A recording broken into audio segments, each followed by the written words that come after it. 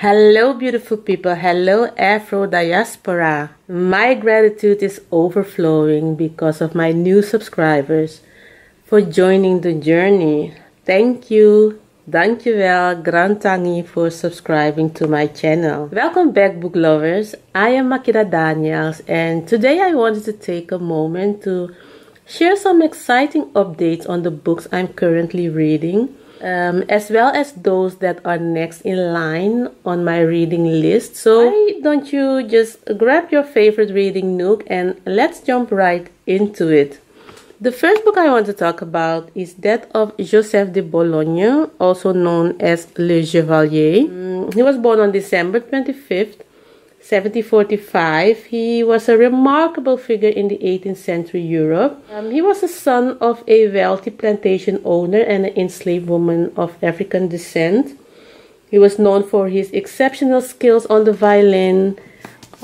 He performed as a soloist and led his own orchestra. He composed numerous symphonies, concertos, string quartets, and operas, earning acclaim for his compositions.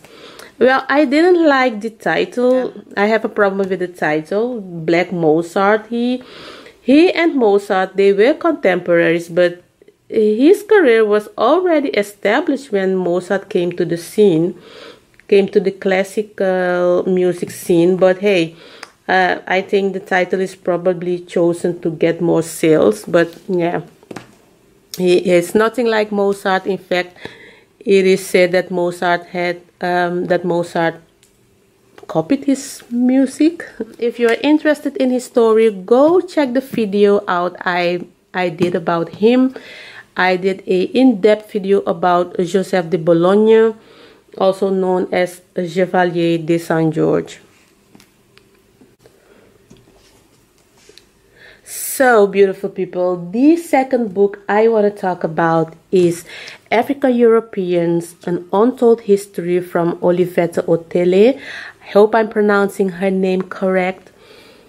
She is a historian and professor of history and memory of slavery at the University of Bristol. This book explores the history and experiences of African people and their descendants living in Europe from antiquity to the present day. Her work challenges the traditional narratives of European history, which often exclude or marginalize the contributions and experiences of African individuals and communities. Olivette, she highlights the presence and influence of African people in Europe throughout history, challenging the perception that their presence is a relative phenomenon linked solely to migration and globalization. And that is the aim of my channel. The aim of my channel is to bridge the gap between the past and the present, and shedding light on the experiences, triumphs, and challenges faced by historical figures from Afro Diaspora communities. So I enjoy doing these in-depth book reviews because they uncover the lives of historical figures in the diaspora, and I am gaining, or we all are gaining, a deeper appreciation for their contributions. So if you want to know about African Europeans, I highly recommend this book from Olivette Otele. She also examines various aspects of African European history, including African presence in ancient Greece and Rome. Yeah, ancient Greece and Rome. Once again, I recommend this book. If you want to start somewhere, this is a great start because she also talks about Joseph de Bologne. The third book is from Toby Green, A Fistful of Shells. West Africa from the rise of the slave trade to the age of revolution. This book investigates the rise of powerful African empires such as the Asante, Dahomey, and Oyo, and their role in the slave trade. Green explores how the accumulation of wealth, through the slave trade led to social and political changes within these societies, as well as the consequences for the broader region. And it also challenges the traditional Eurocentric perspective of African history. And I haven't read it yet, but I hope it offers a nuanced understanding of the complex interactions between Africa, Europe, and the Americas. So I'm looking forward to dive into this one. It is quite dense, but hey, if you want to gain knowledge, you have to read, okay? You have to take your time and do some research. Beautiful people, this book, The Black Count, I enjoyed this book. Now, if you are someone who are not into historical biography, I don't know if this is the book for you, but if you want to know about the real Count of Monte Cristo, because Alexander Dumas, his inspiration came from the life of his father, Alexander Thomas Dumas. This man, he was a military hero, and he was the real Count of Monte Cristo. So look at this. Look, see how many highlights are in this book? Yes, that's how much I was into it. I wanted to know every information, every detail about General Dumas's life. I also did a in-depth video about General Dumas. So if you are interested in his story, go watch that video. You won't be disappointed. Tom Reiss, the writer is Tom Reiss. He delves into the life of Thomas Alexander Dumas, who was born in Saint-Domingue, present-day Haiti, to a French nobleman and an enslaved African woman. This biography captures the complexities of Dumas's relationship with Napoleon, his rise to fame, and the subsequent downfall and erasure of his legacy. It is such a pity what they did to this man, what Napoleon did to this man, and I can't praise this book enough. If you want to know about Alexander Dumas's life, you need to pick this book up and read it. The fifth book is Island Queen by Vanessa Riley. So Island Queen is a historical novel written by Vanessa Riley, and it is inspired by the true story of Dorothy Kirwan Thomas. I haven't heard about this woman until recently, so I had to pick this book up because since I am to Afro Diaspora historical figures and their accomplishments, I want to know more about her.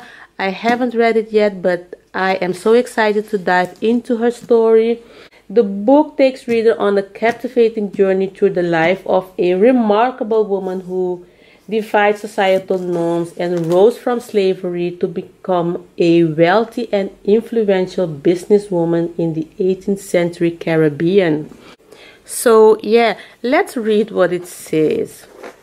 Born into slavery on the tiny Caribbean island of Montserrat, Dorothy bought her freedom and that of her sister and her mother from her Irish planter father, then built a legacy of wealth and power as an entrepreneur, merchant, hotelier, and landowner that extended from the marketplace and sugar plantations of Dominica and Barbados to the glittering luxury hotel in Demerara on the South American continent.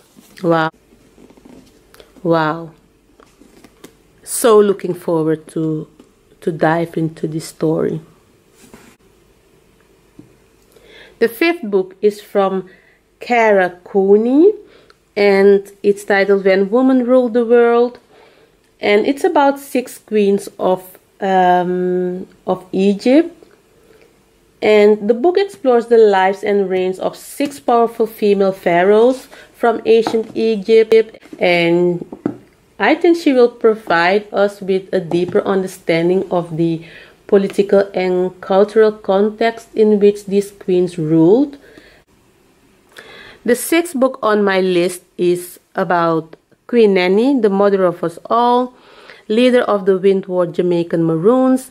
If you haven't heard about Queen Nanny and you are from the Caribbean, please go search for her story or simply buy this book.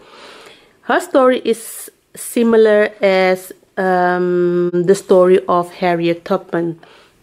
She was a warrior woman. She helped her people get their freedom, fought for their freedom. I searched a long time for a book about Queen Nanny, and finally I came across this one. So I haven't read it yet, but yeah, I am going to dive into this also. You know, we have to know about our historical figures, about women, men, all those African ancestors who were brave enough to resist slavery. The seventh book is from Tracy Deonn, Legend Born. Now, I'm not really a young adult reader, but I heard so much about this book, good reviews about this book, that I decided to give it a try. The story follows the life of Brie Matthews, a 16-year-old African-American girl who is dealing with the recent loss of her mother. And in an effort to escape her grief, let's read what it says. After her mother dies in an accident, 16-year-old Brie Matthews wants nothing to do with her family memories or childhood home. A residential program for bright high schoolers at UNC Chapel Hill seems like the perfect escape until Brie witnesses a magical attack her very first night on campus. A flying deer feeding on human energies. Wow. A secret society of so-called legend-born students who hunt the creatures down, and a mysterious mage who calls himself a Merlin and who attempts and fails to wipe Brie's memory of everything she saw. That sounds quite adventurous. Sounds adventurous. I'm going to give it a try. Legend Born from Tracy Deonn.